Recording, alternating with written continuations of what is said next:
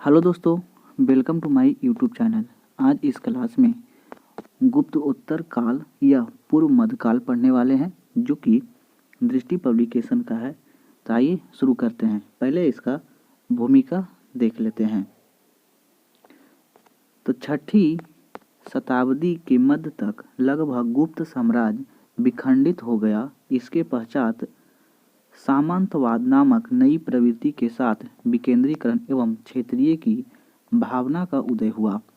हालांकि इस दौरान कुछ प्रमुख राजवंशों ने शासन किया, लेकिन संपूर्ण भारत को एक सूत्र में बांधा नहीं जा सका। राजनीतिक व्यवस्था की इस प्रवृत्ति तुर्क शासन की स्थापना तक जारी रही। गुप्त वंश के पतन के बाद जिन वंशों का उदय हुआ उसका विवरण निम्नलिखित है, जैसे राजवंश, स्थान, प्रमुख शासक और उपलब्धि। तो मैत्रक का स्थान बल्लाभी थी, जबकि प्रमुख शासक भाट्रक, धारसेन, ध्रुवसेन प्रथम, धरनपट्टम, गुहसेन और शिलादित्य प्रथम। और उपलब्धि गुप्तोत्तर काल के नवोदित राज्यों पर सबसे लंबे समय तक शासन किया। मैखरी या कन्नौज के हरिवर्मा, शानवर्मा, सर्ववर्मा, इन्होंने हुर्नों को पराजित कर पूर्वी भारत को उनके आक्रमण से बचाया था। पुष्पभूति या थानेश्वर, पुष्पभूति प्रभाकारी वर्धन, राजवर्धन और हर्षवर्धन यह विशाल राज स्थापित किया था।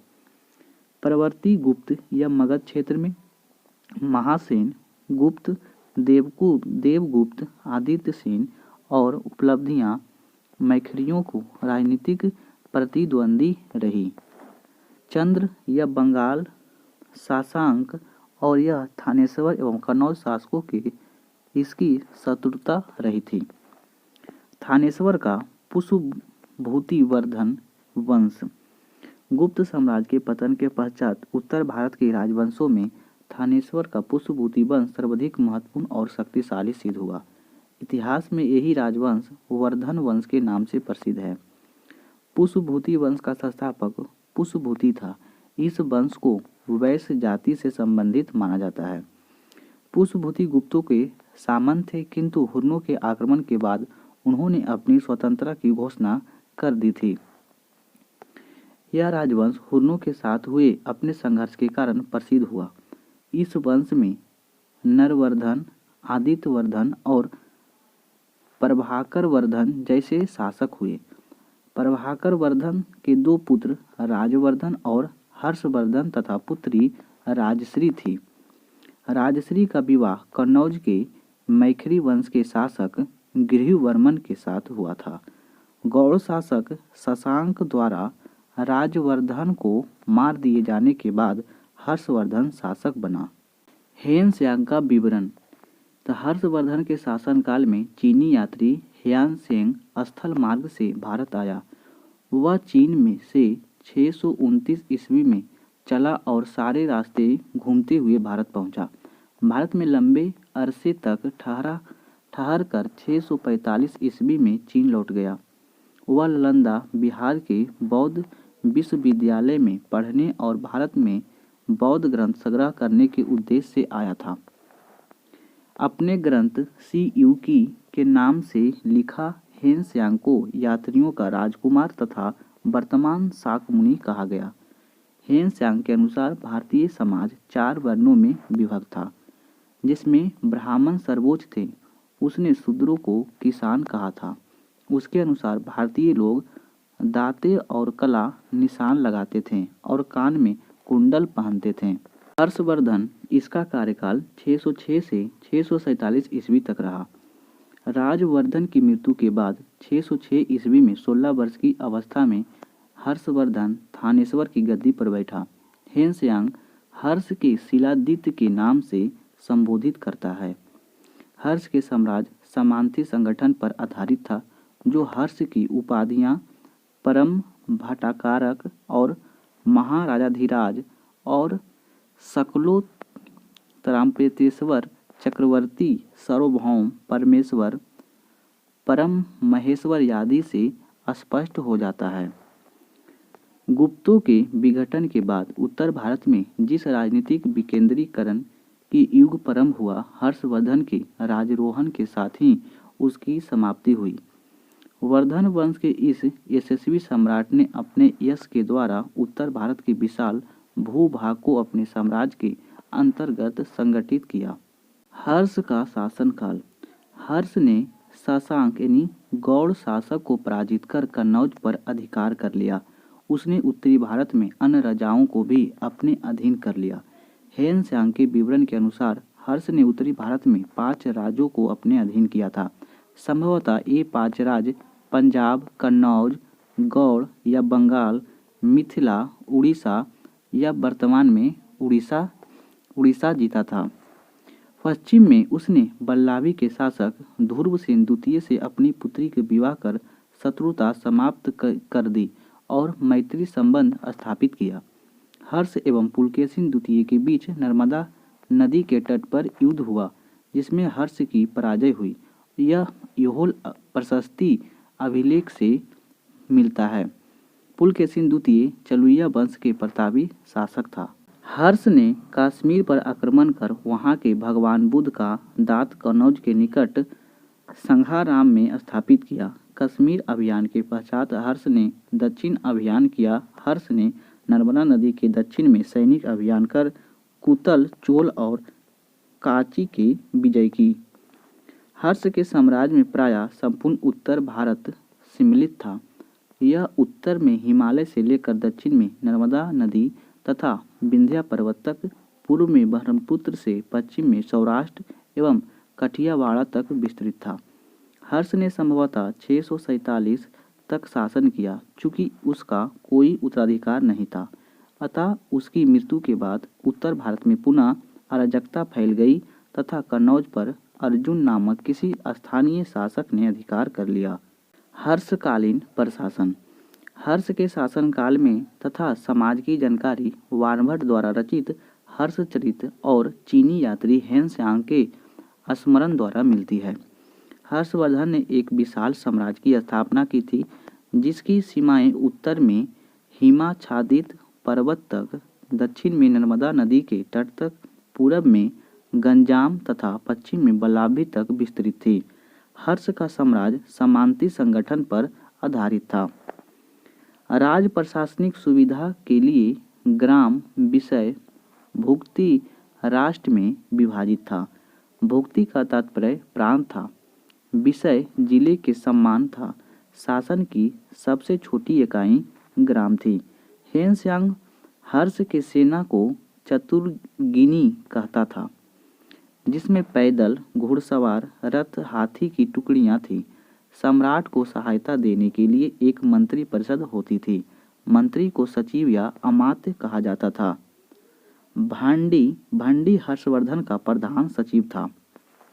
अवंती विदेशी सचिव था, जिसका संज्ञा महासंधि विग्राहक थी। सिंहनंद उनका प्रधान सेनापति था।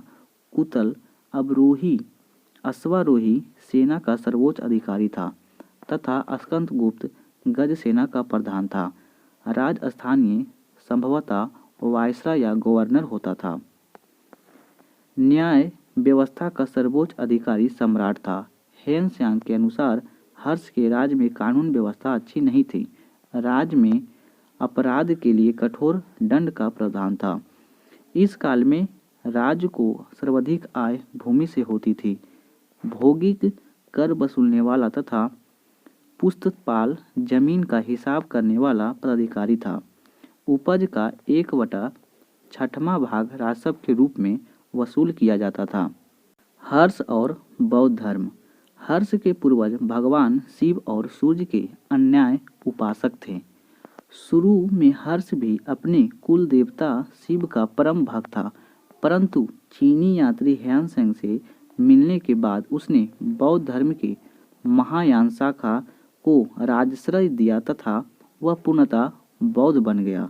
हर्ष के समय में नालंदा महाविहार महायान बौद्ध धर्म की शिक्षा की मुख्य केंद्र था। हर्ष ने कन्नौज तथा प्रयाग में 2 विशाल धार्मिक सभाओं का आयोजन किया था।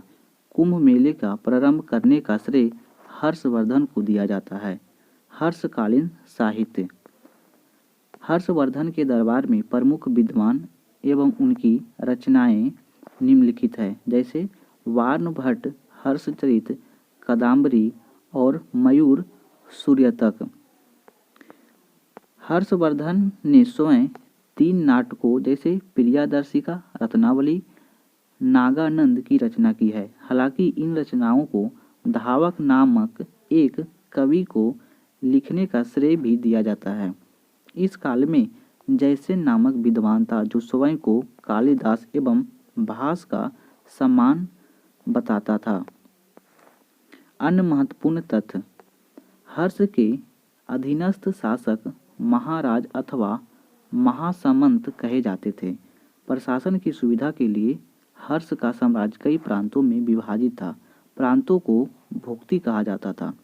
ग्राम शासन की सबसे छोटी इकाई थी। ग्राम शासन का प्रधान ग्राम छपटालिक कहा जाता था। हर्षचरित में सिंचाई के साधन के रूप में तुल्यांत्र यानी जल पंप का उल्लेख मिलता है। हर्ष के समय मथुरा सूती वस्त्रों के निर्माण के लिए प्रसिद्ध था। हर्ष का शासन उत्तर में कश्मीर को छोड़कर सभी प्रांतों में था। कन्नौज के लिए त्रिपक्षीय संघर्ष। हर्ष के पश्चात कन्नौज विभिन्न शक्तियों का केंद्र बन गया। 8वीं शताब्दी में कन्नौज पर अधिकार करने के लिए 3 बड़ी शक्तियों जैसे पाल, प्रतिहार और राष्ट्रकूट के बीच संघर्ष आरंभ हो गया। यह संघर्ष लगभग 200 वर्षों तक चला। कन्नौज पर स्वामित्व के लिए संघर्ष का आरंभ पाल शासक धर्मपाल ने किया था। इस त्रिपक्षीय संघर्ष का कोई निर्णायक परिणाम नहीं निकला। यह संघर्ष अनेक चरणों में संपन्न हुआ। प्रथम चरण में पाल शासक धर्मपाल, प्रतिहार शासक वत्सराज तथा राष्ट्रकूट शासक ध्रुव सम्मिलित हुए। त्रिपक्षीय संघर्ष के फलस्वरूप कन्नौज पर अंतिम रूप से गुर्जर प्रतिहार शासकों का अधिकार हो गया। बंगाल का पाल वंश। हेनसांग ने अपनी यात्रा विस्तृत में लिखा है कि 8वीं शताब्दी के मध्य बंगाल में 4 राज्य थे, एक पुंडवर्धन, कर्ण सुवर्ण और समतट और ताम्रलिपि। पाल शासकों ने साम्राज्य का विस्तार संपूर्ण बंगाल, बिहार तथा कन्नौज तक था। उनका शासन खाड़ी से लेकर दिल्ली तक तथा जालंधर से लेकर विंध्य पर्वत तक फैला हुआ था। प्रमुख शासक गोपाल, जिसका कार्यकाल 750 से 770 ईस्वी तक था। 8वीं शताब्दी के मध्य बंगाल में अशांति एवं अव्यवस्था फैली हुई थी। बताया जाता है कि बंगाल में फैली अशांति को दबाने के लिए प्रमुख लोगों ने गोपाल को राजा बनाया। गोपाल बौद्ध धर्म के अनुयायी था। उसने 750 में पाल वंश की स्थापना की। उसने ओदांतपुरी में एक मठ का निर्माण करवाया था। धर्मपाल, इसका कार्यकाल 770 से 810 ईस्वी तक था। गोपाल के बाद उसका पुत्र धर्मपाल 770 में सिंहासन पर बैठा। उसने बंगाल को उत्तरी भारत के प्रमुख राज्यों की श्रेणी में स्थापित कर दिया। धर्मपाल कन्नौज के लिए त्रिकोणात्मक संघर्ष में उलझा रहा। उसने कन्नौज के शासक इंद्रयुध को परास्त कर चक्रयुध को अपने संरक्षण में कन्नौज को गद्दी पर बैठाया। धर्मपाल ने चक्रयुध को गद्दी पर बैठाने के बाद भव्य दरबार का आयोजन किया। गुजराती कवि सोढ़डल ने उसे उत्तरापथ स्वामी की उपाधि से संबोधित किया। धर्मपाल के लेखों में उसे परम सौगात कहा गया है। धर्मपाल बौद्ध धर्म का अनुयायी था। उसने अनेक मठ एवं बौद्ध विहार बनवाए। उसने विक्रमशिला विश्वविद्यालय, भागलपुर बिहार तथा राज सोमपुर महाविहार वर्तमान में बांग्लादेश में स्थित है की स्थापना की। देवपाल 810 से 850 ईस्वी तक शासन रहा।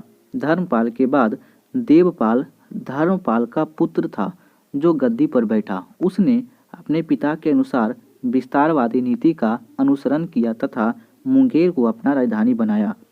देवपाल के शासनकाल में अरब यात्री सुलेमान भारत आया था। सुलेमान ने देवपाल को प्रतिहार राष्ट्रकूट शासकों से अधिक शक्तिशाली बताया है।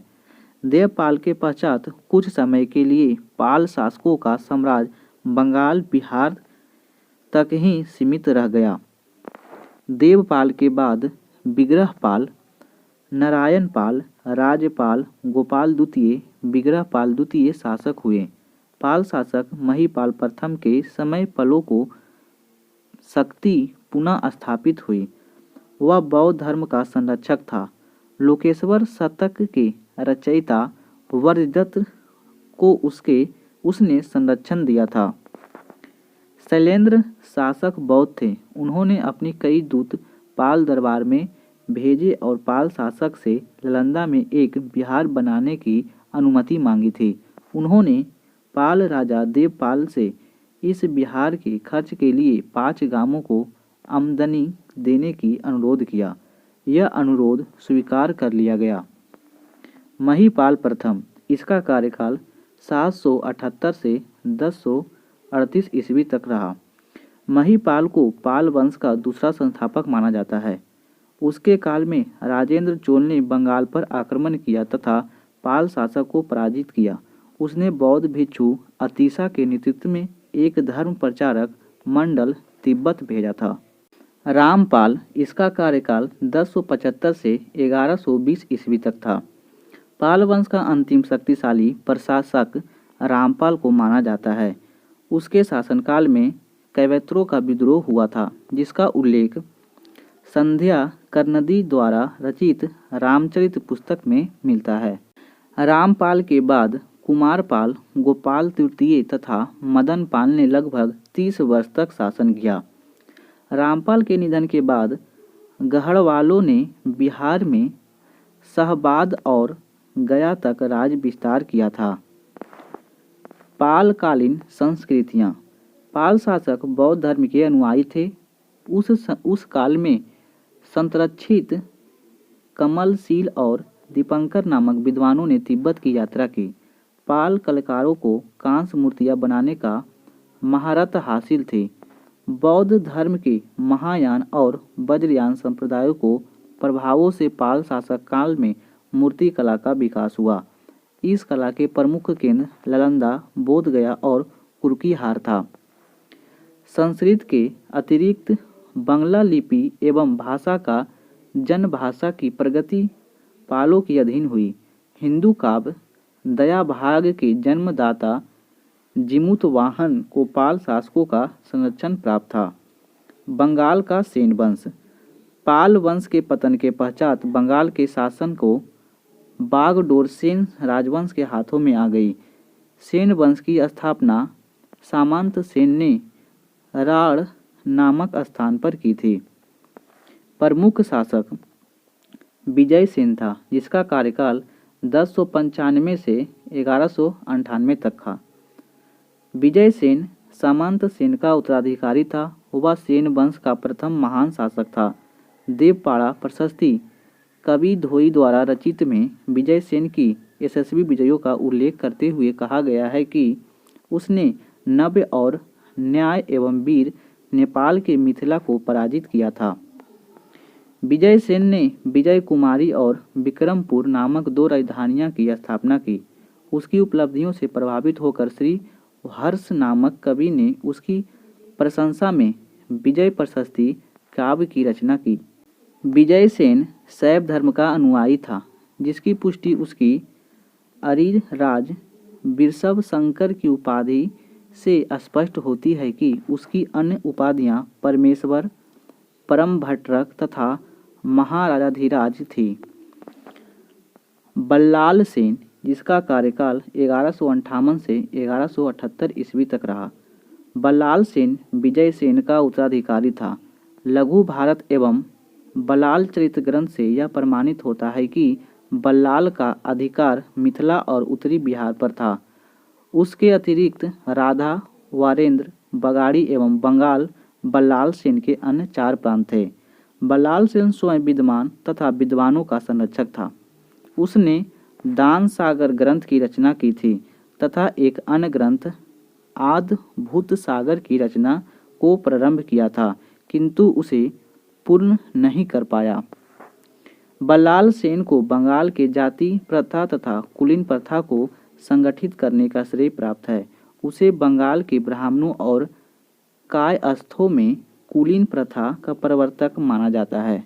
बल्लाल सेन ने गैंडेश्वर, पर महाईश्वर, निसंशंकर, परम भंडारक, महाराजाधिराज जैसी उपाधियां धारण की।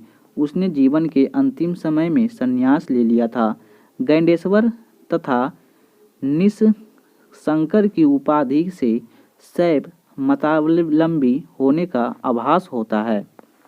लक्ष्मण सेन, जिसका कार्यकाल 1179 से 1205 ईस्वी तक था, बल्लाल सेन का उत्तराधिकारी लक्ष्मण सेन लगभग 1179 में गद्दी पर बैठा। उसका शासन संपूर्ण बंगाल पर था।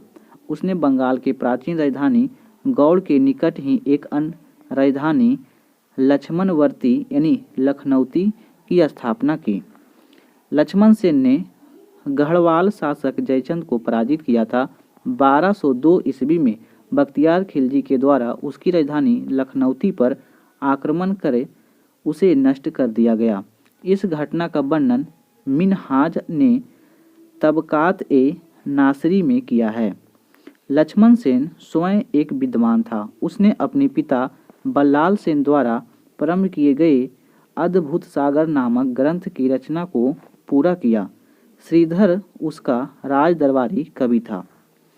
लक्ष्मण सेन की राजसभा में गीत गोविंद के लेखक जयदेव, पवन दूत के लेखक धोई और ब्राह्मण सर्वेशा के रचयिता हालयुद्ध आदि निवास करते थे।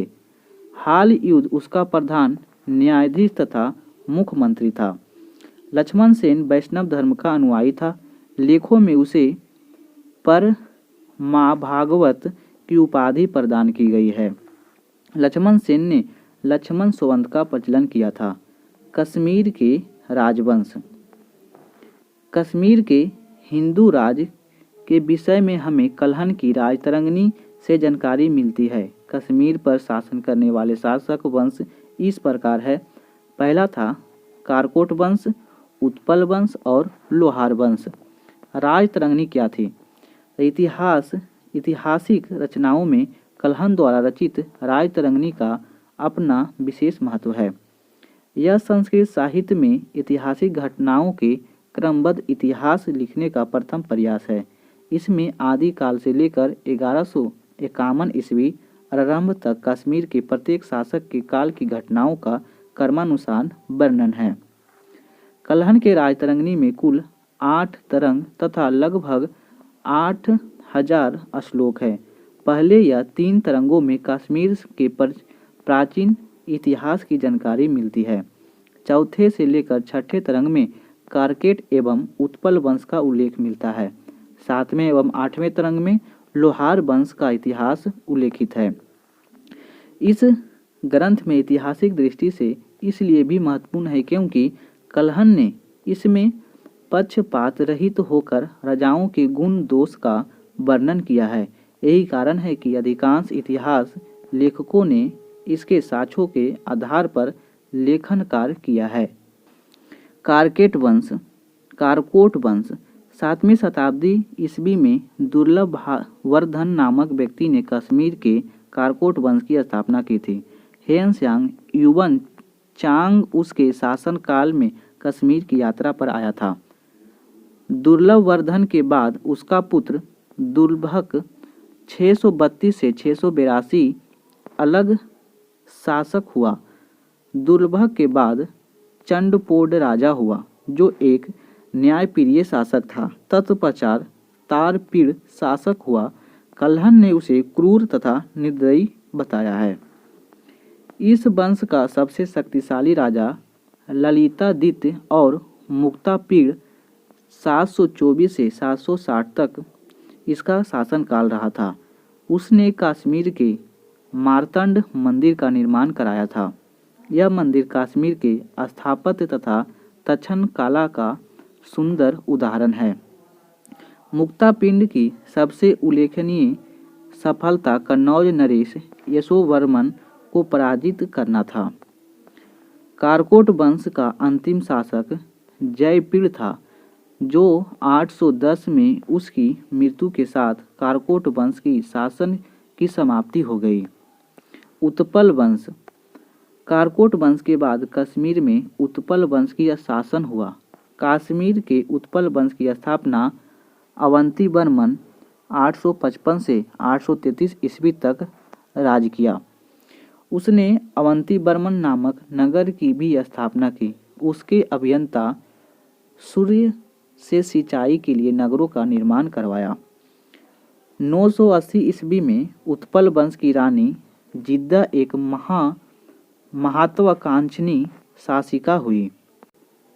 1003 ईस्वी में रानी की मृत्यु के बाद संग्राम राज शासक बना, जिसने कश्मीर के लोहार वंश की नींव रखी। लोहार वंश। उत्पल वंश के बाद कश्मीर पर लोहार वंश का शासन हुआ। इस वंश का संस्थापक संग्राम राज 1003 से 1028 ईस्वी तक शासनकाल रहा। संगम राज के बाद अनंत राजा हुआ।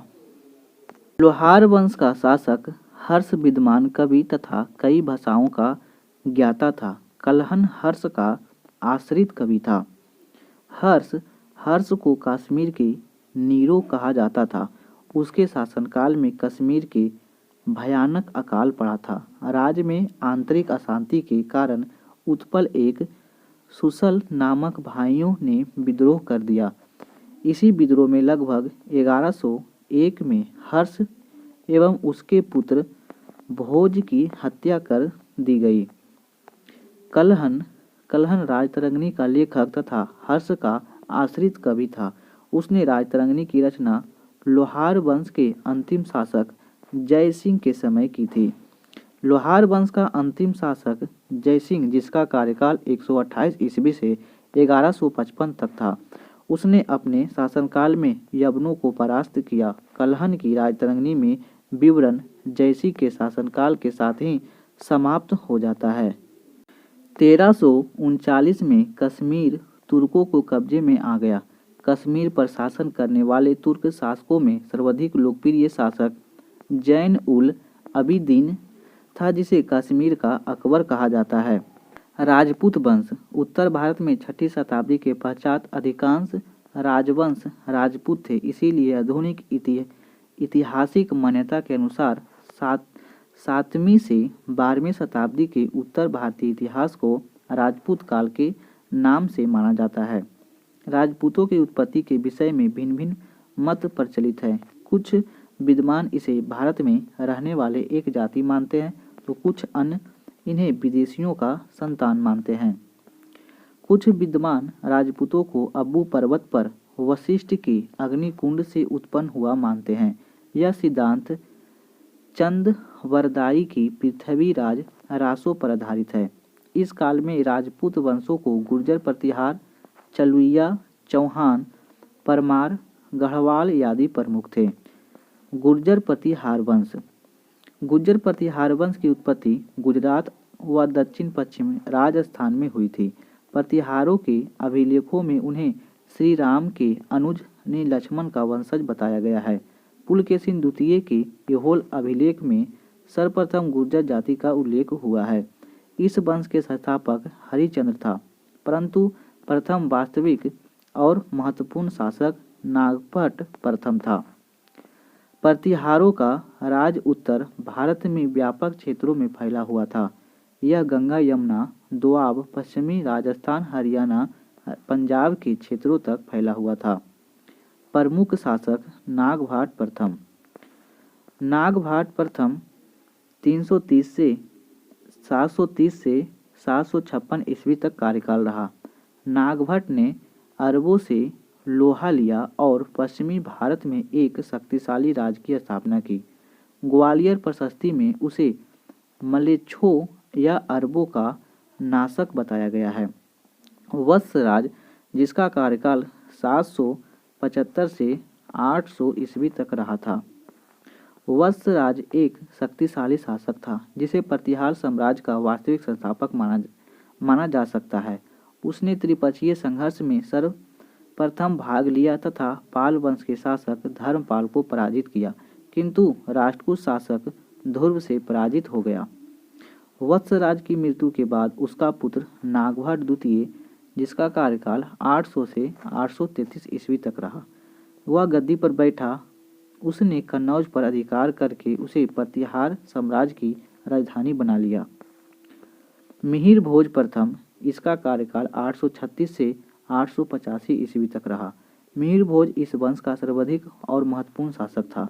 कलहन तथा अरब यात्री सुलेमान के विवरणों से भी हमें इस काल की घटनाओं की जानकारी मिलती है। मिहिर भोज को अपने समय को दो प्रबल शक्तियां पाल नरेश देवपाल तथा राष्ट्रकूट नरेश ध्रुव को पराजित होना पड़ा। उसने अपनी राजधानी कन्नौज बनाई थी। वहां विष्णु भक्त उसने विष्णु को सम्मान में आदि 12 एवं प्रभास जैसी उपाधि धारण की थी। मिहिर भोज की उपलब्धियां की चर्चा उसके ग्वालियर प्रशस्ति अभिलेख में की गई है। महेंद्र पाल प्रथम, इसका कार्यकाल 885 से 910 ईस्वी तक था। मिहिर भोज के पश्चात उसके पुत्र महेंद्र पाल प्रथम ने शासन किया। उसने राष्ट्रकूट शासक इंद्र तृतीय को पराजित किया, किंतु उसे कश्मीर शासक से युद्ध में पराजित होना पड़ा। महेंद्र पाल की राजसभा में प्रसिद्ध विद्वान राजशेखर निवास करते थे, जो उसके राजगुरु थे। राजशेखर ने कर्पूर मंजरी, काव्य मीमांस और शिवदासल भांजिका, बाल रामायण, भुवन कोश और हरविलास जैसी प्रसिद्ध जैन ग्रंथों की रचना की है। महीपाल प्रथम, इसका कार्यकाल 912 से 944 ईस्वी तक रहा था। महीपाल एक कुशल एवं प्रतापी शासक था। उसके शासनकाल में बगदाद निवासी अल मसूदी, जिसका कार्यकाल 915 से 916 ईस्वी, गुजरात आया था। अल मसूदी गुर्जर प्रतिहार के अल गुर्जर राजा को बौरा कहकर पुकारता था, जो संभवतः आदि 12 का अशुद्ध उच्चारक है। महीपाल का शासनकाल शांति और समृद्धि का काल रहा है।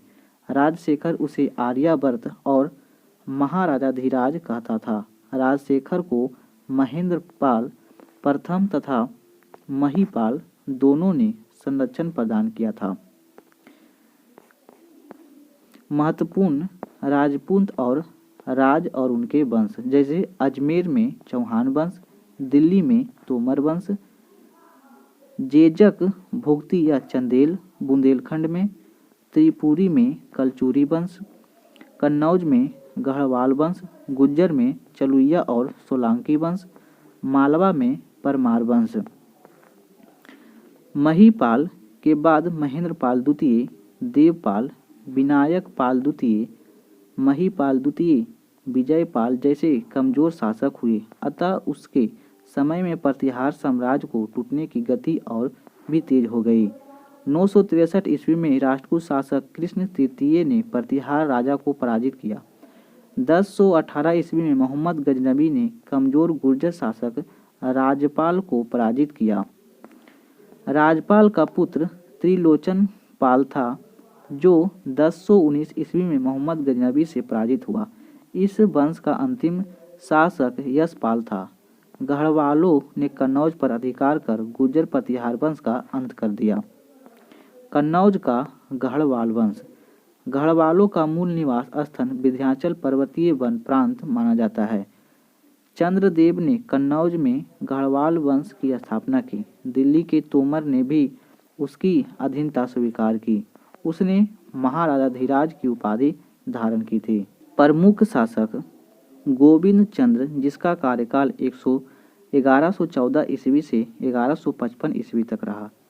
गोविंद चंद्र गढ़वाल वंश का सर्वाधिक शक्तिशाली शासक था। उसने आधुनिक पश्चिमी बिहार से लेकर पश्चिमी उत्तर प्रदेश तक का समस्त भाग अपने अधीन करके कन्नौज के प्राचीन गौरव को पुनः स्थापित किया। वह स्वयं बड़ा विद्वान था। उसे लेखों में विविध विद्या, विचार वसास्पति कहा गया है। लक्ष्मीधर गोविंद चंद्र की शांति एवं युद्ध मंत्री था। वह भी शास्त्रों का प्रकांड पंडित था। उसने कृत और कालपत्रु नामक ग्रंथ की रचना की, जिसमें तत्कालीन राजनीतिक, समाज एवं संस्कृति पर सुंदर प्रकाश डालता है। जयचंद, इसका कार्यकाल 1170 से 1194 ईस्वी तक रहा था। इस वंश का अंतिम शक्तिशाली शासक जयचंद था। भारतीय लोक साहित्य तथा कथाओं में यह राजा जयचंद के नाम से विख्यात है। 1194 में चंदवारा के युद्ध में मोहम्मद गोरी से पराजित हुआ और मारा गया। पूर्व की ओर विस्तार के प्रयास में जयचंद को बंगाल का शासक लक्ष्मण सेन द्वारा पराजित होना पड़ा था। जयचंद ने संस्कृत के प्रख्यात कवि श्रीहर्ष को संरक्षण प्रदान किया, जिसने नैषधचरित एवं खंडन खंड खद की रचना की है। अपनी विजय में उपलक्ष्य में उसने राजसूय यज्ञ भी किए थे। कालांतर में इल्तुतमिश ने कन्नौज पर अधिकार कर गढ़वाल वंश के शासन को समाप्त कर दिया। शांकभारी या चौहान वंश 7वीं शताब्दी में वासुदेव द्वारा स्थापित शंकभारी या सांभार एवं अजमेर के निकट चौहान राज का इतिहास में विशेष स्थान है। इस वंश के प्रारंभिक इतिहास तथा वंशावली का ज्ञान हमें विग्रहराज द्वितीय के हर्ष प्रस्तार अभिलेख तथा सोमेश्वर के समय बिजौलिया प्रास्तर लेख से प्राप्त होता है। चौहान प्रतिहार शासकों के समान थे। 10वीं शताब्दी के प्रारंभ में वाक्तपतिराज प्रथम ने प्रतिहारों से अपने को स्वतंत्र कर लिया। प्रमुख शासक अजय राज ने 12वीं शताब्दी में चौहान वंश का शासक बना। वह पृथ्वीराज प्रथम का पुत्र था। उसने अजमेर नगर की स्थापना की थी तथा उसने अपनी राजधानी बनाया था। अजय राज के उत्तराधिकारी अर्नोर राज एक महत्वपूर्ण शासक था। उसने अजमेर के निकट सुल्तान मोहम्मद की सेना को पराजित किया। विग्रहराज चतुर्थ अथवा विसलदेव, जिसका कार्यकाल 1133 से 1163 तक रहा था।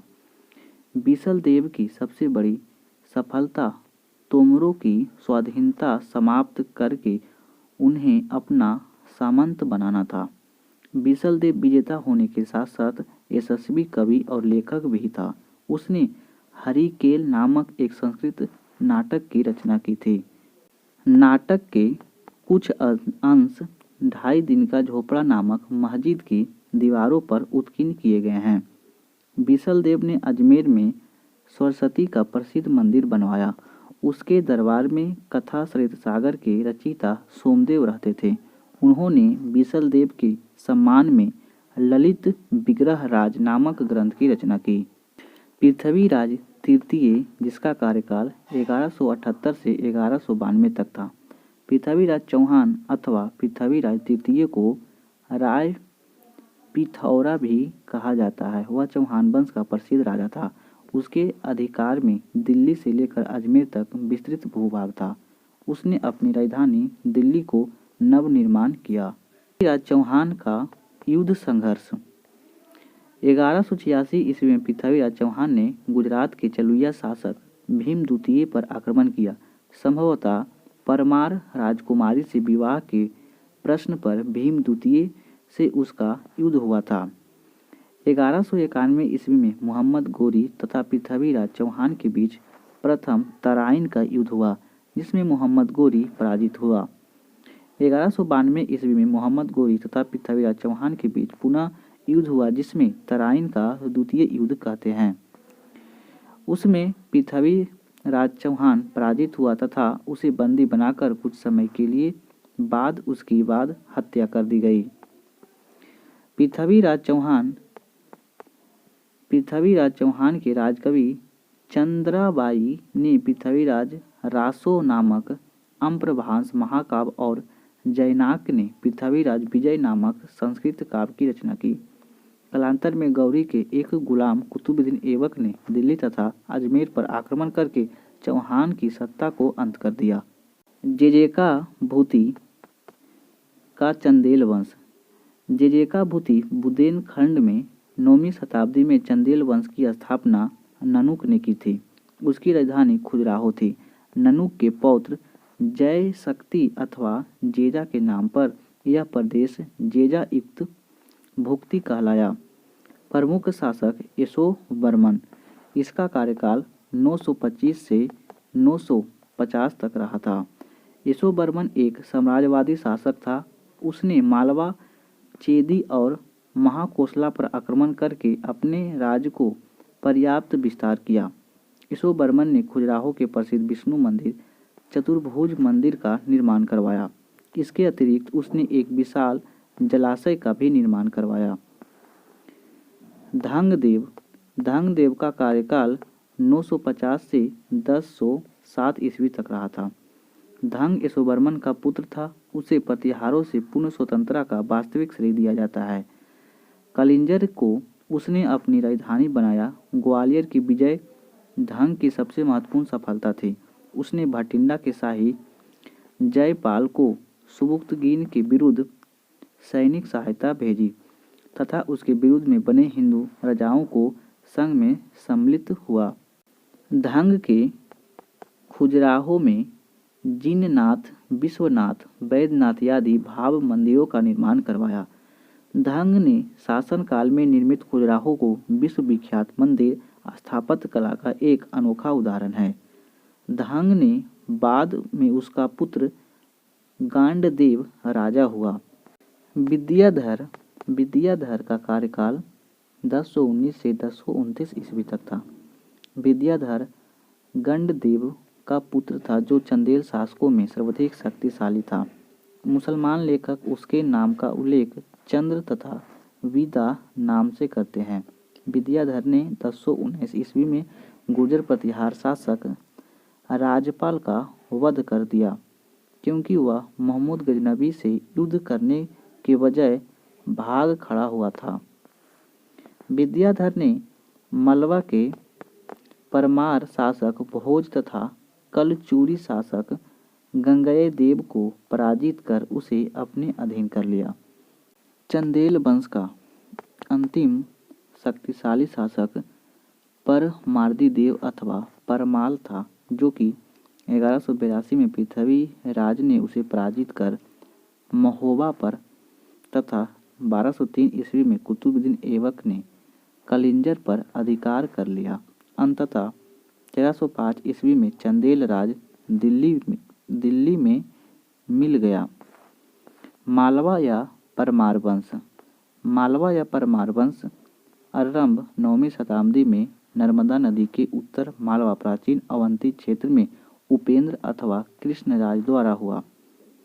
इस वंश के शासक प्रारंभ में प्रतिहारों के अधीन सामंत थे। परमार वंश का प्रथम स्वतंत्र एवं शक्तिशाली शासक सियक अथवा श्रीहर्ष था। परमारों को प्रारंभिक राजधानी उज्जैन थी जो बाद में धार हो गई। प्रमुख शासक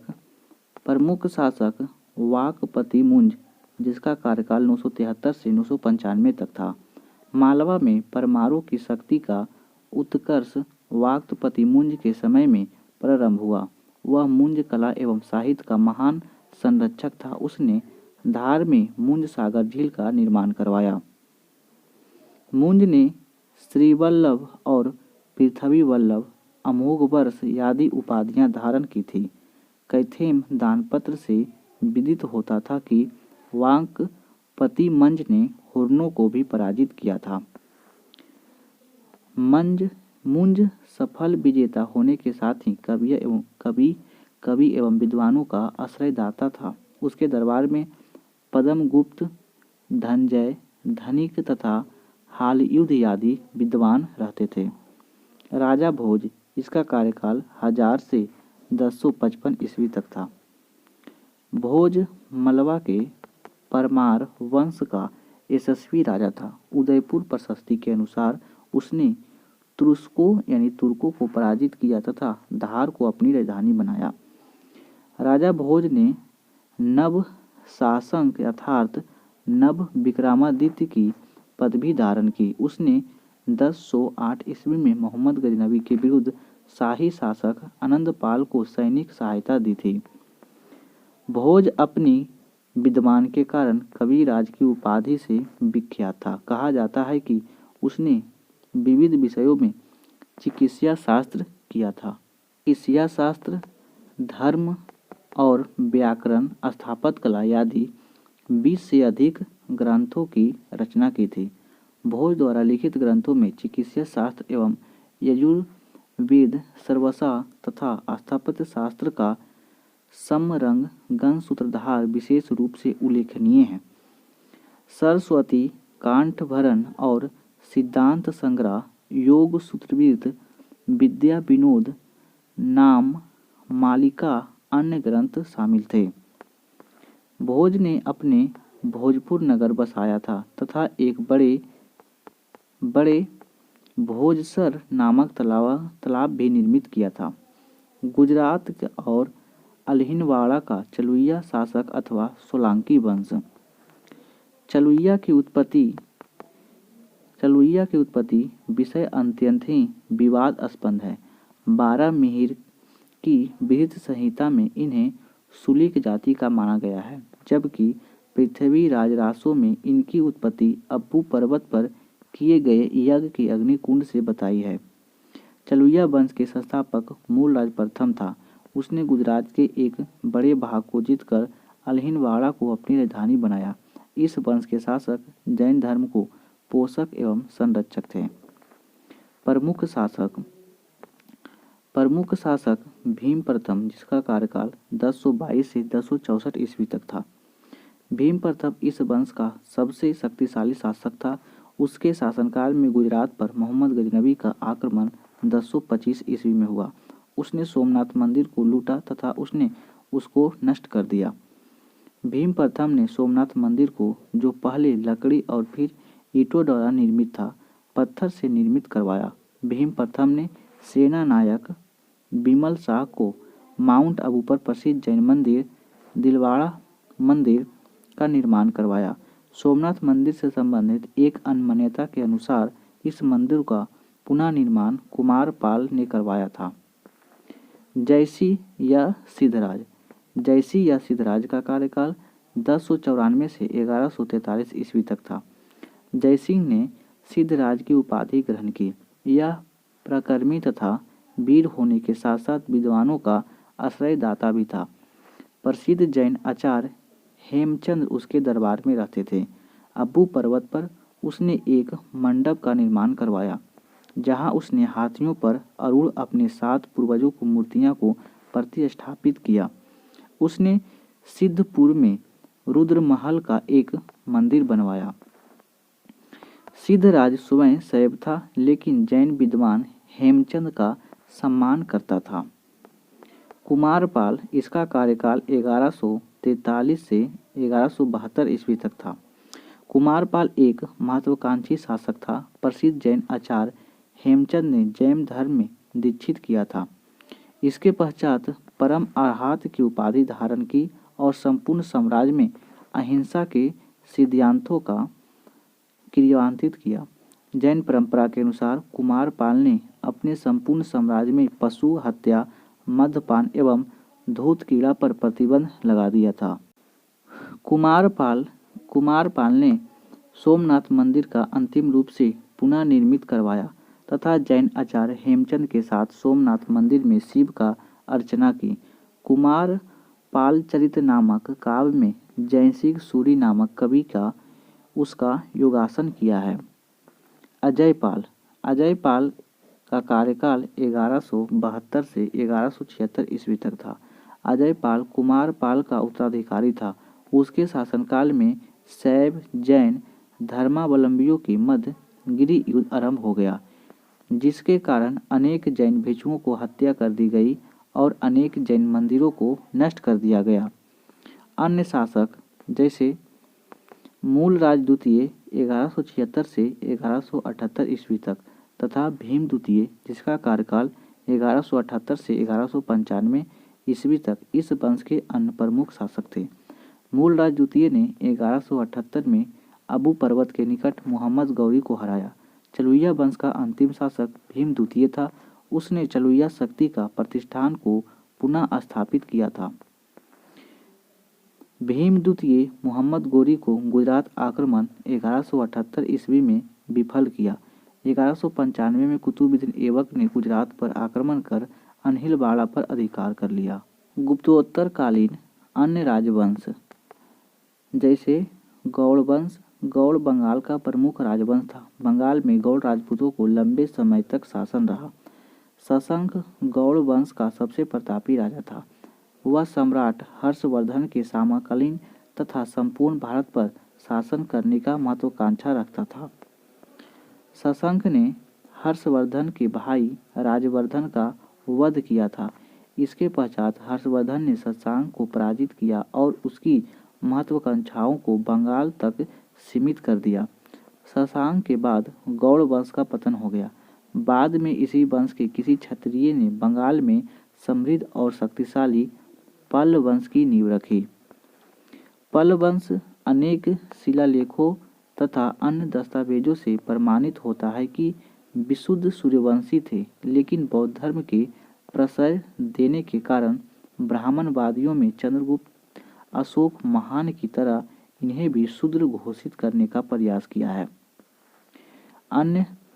एक अन्य मान्यता के अनुसार बंगाल का शासक शशंक सन 602 से 620 ईस्वी में ब्राह्मण धर्म के शैव संप्रदाय के अनुयायी था और बौद्ध धर्म का कट्टर शत्रु था।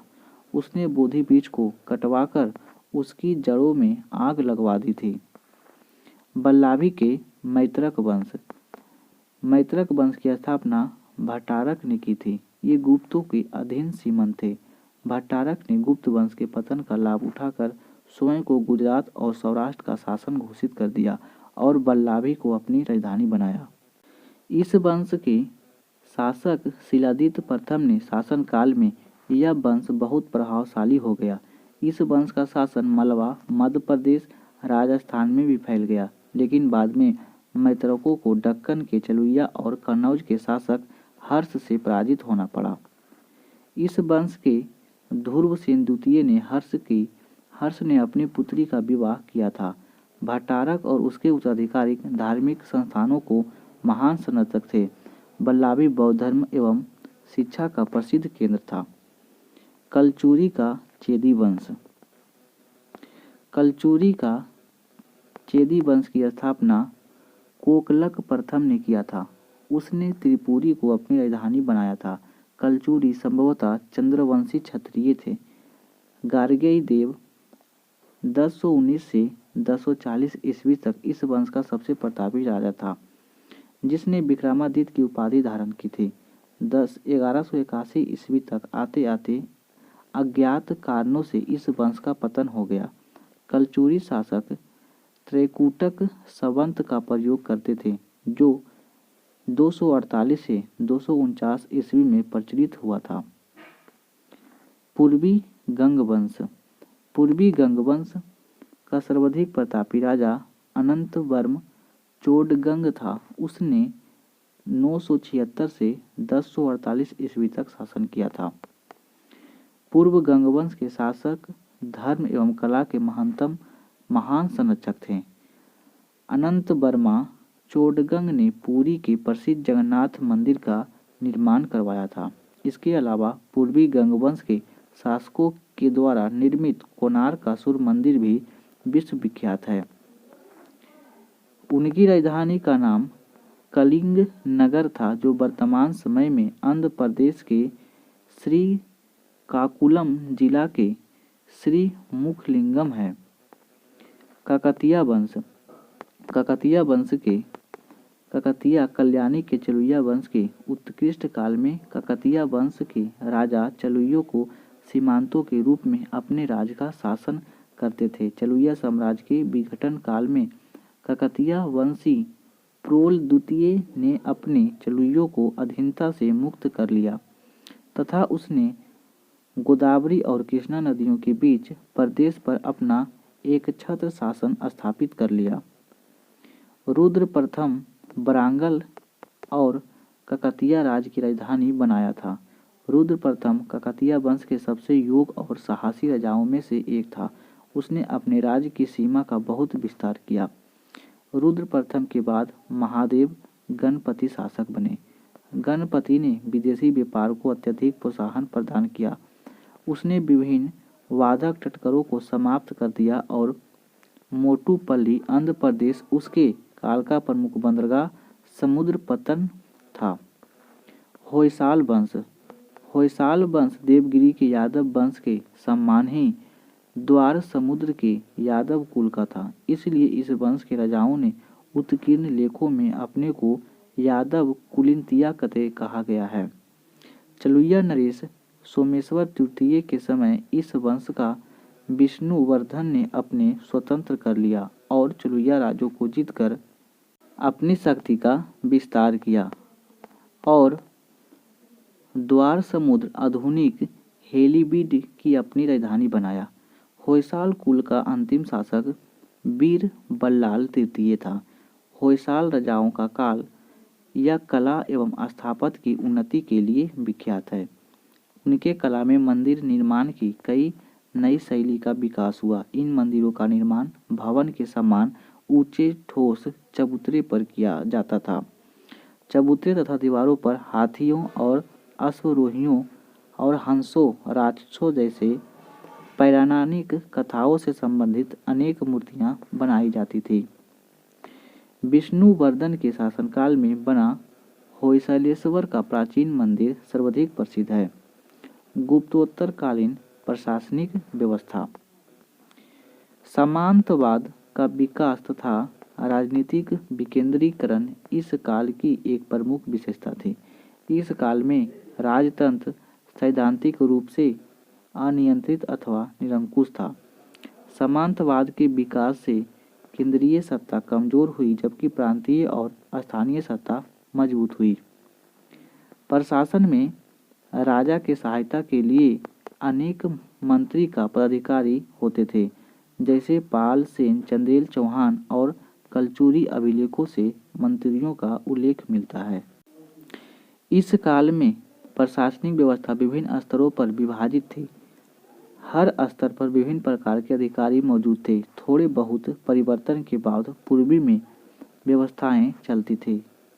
आर्थिक व्यवस्था। आर्थिक व्यवस्था कृषि थी। इस काल में कृषि भारतीय अर्थव्यवस्था का आधार थी। नीति वाक्यमृत में अनेक प्रकार के संग्रहों को धान संग्रह सर्वश्रेष्ठ माना गया है। गुप्तोत्तर काल में अधिकारियों, मंदिरों, ब्राह्मणों आदि को उनकी सेवाओं को बदले भू क्षेत्र प्रदान करने की सामंतवाद का उदय हुआ। यद्यपि भूमिदान की प्रथा का आरंभ सातवाहन काल में ही हुआ था। बृहत संहिता एवं अमरकोश जैसे 6ठी शताब्दी ग्रंथों में कृषि, फलों और बागानों पर अलग से अध्याय देकर उसे समझाया गया है।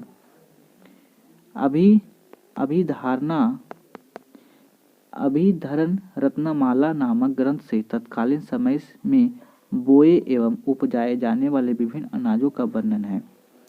उत्पादकता को हिसाब से भूमि का वर्गीकरण किया गया है, जैसे विहिता भूमि जिसमें बोया जाता है, अकृष्ट जिसमें खेती ना की गई हो, ऊसर का मतलब जहाँ बीज ना उगता हो, खील या परती जिस भूमि को जोता नहीं जाता है, सख्त का मतलब व्यक्तिगत स्वामित्व वाली भूमि। कर व्यवस्था। कर व्यवस्था भूमि कर सिद्धांत जमीन के उत्पादन क्षमता एवं वास्तविक उत्पादन के आधार पर 1/12 से लेकर 5/6 भाग तक निर्धारित होता था। करों का संग्रह गांव का मुखिया करता था। इस काल का प्रमुख कर ये थे। भाग उपज का हिस्सा भूमि कर कहलाता था। भोग, फल फूल, लकड़ी आदि ऊपर स्वरूप राजा को प्रदान करना था। हिरण्यन नगद के रूप में वसूल किए जाने वाला कर अतिरिक्त था। प्रशस्त अधिकारियों का हिस्सा होता था।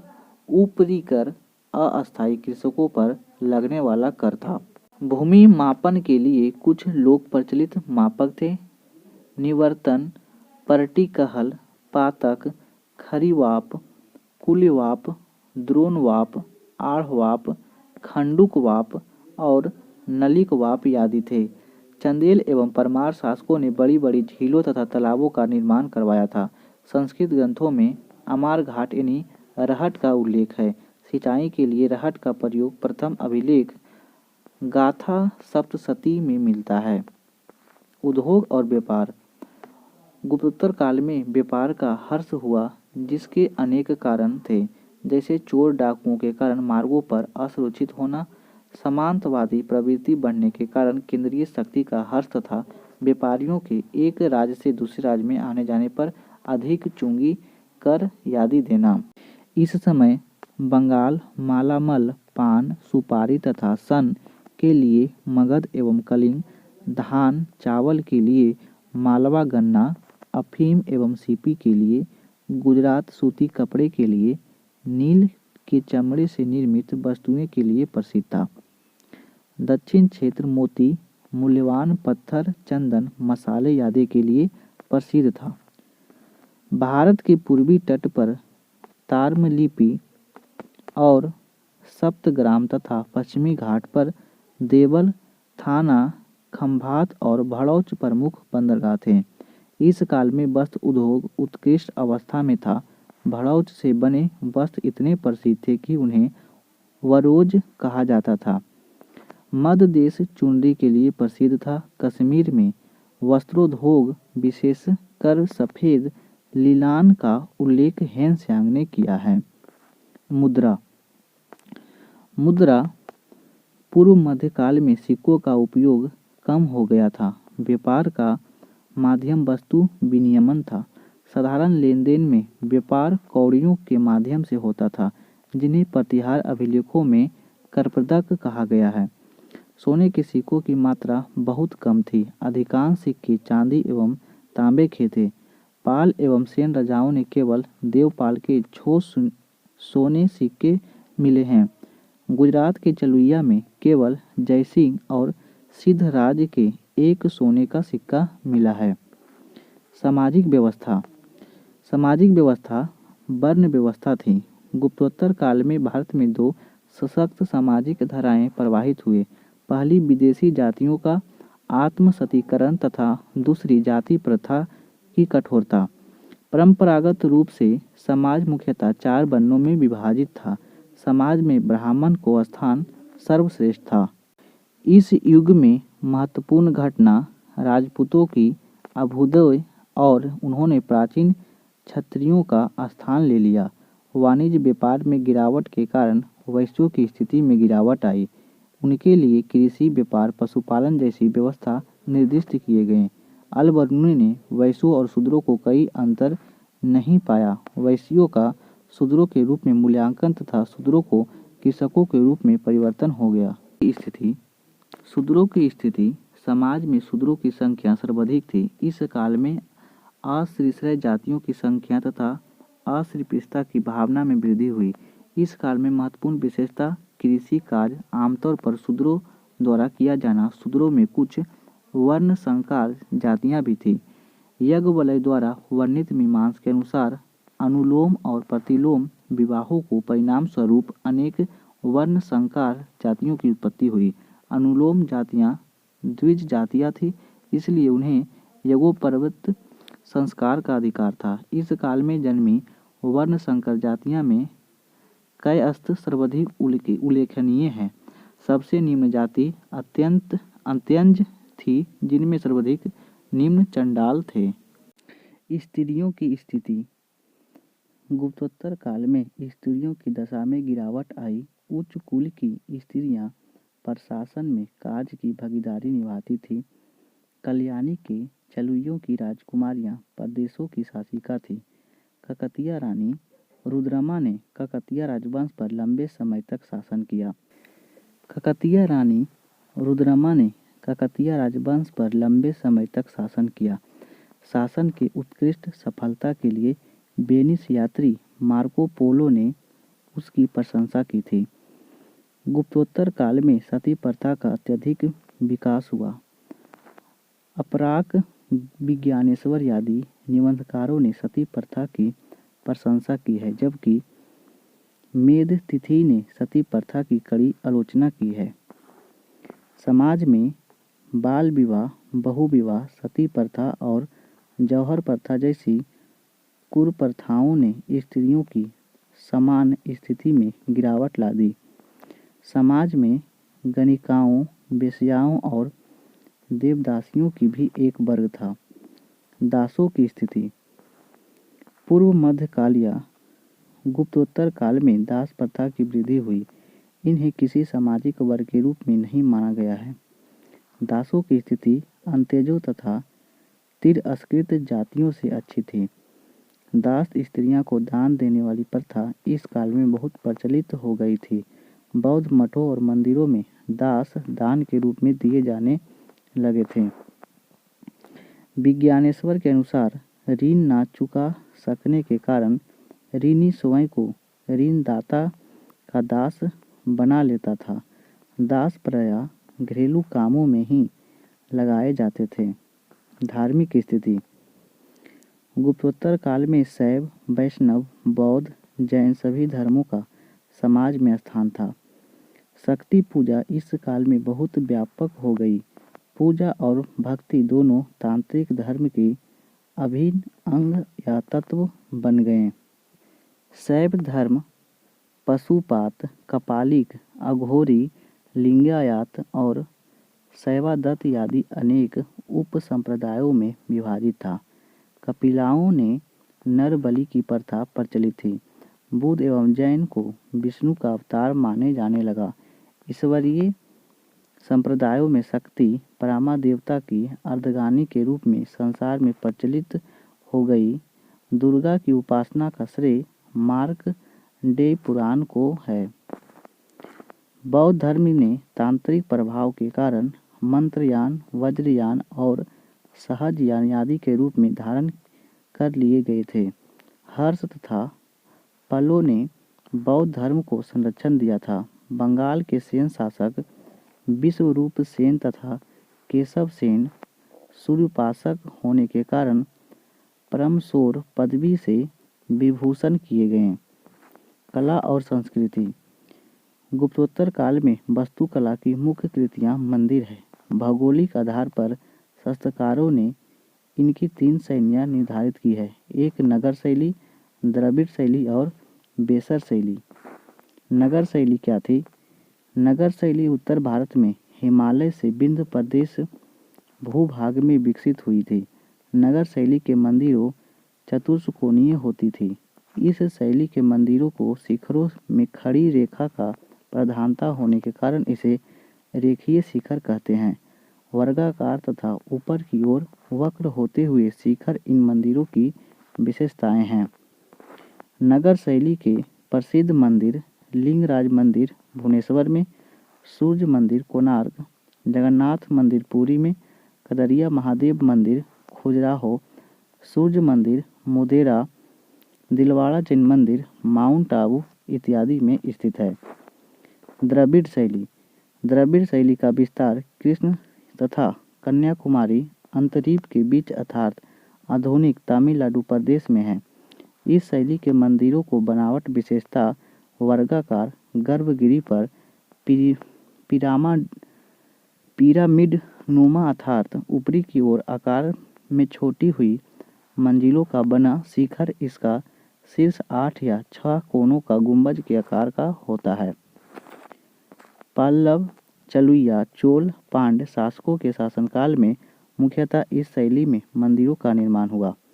महाबलीपुरम और कांची के मंदिर, वातापी, ऐहोल के मंदिर, तंजौर का राजराजेश्वर मंदिर या बृहदेश्वर मंदिर इस शैली के मंदिर का प्रमुख उदाहरण है।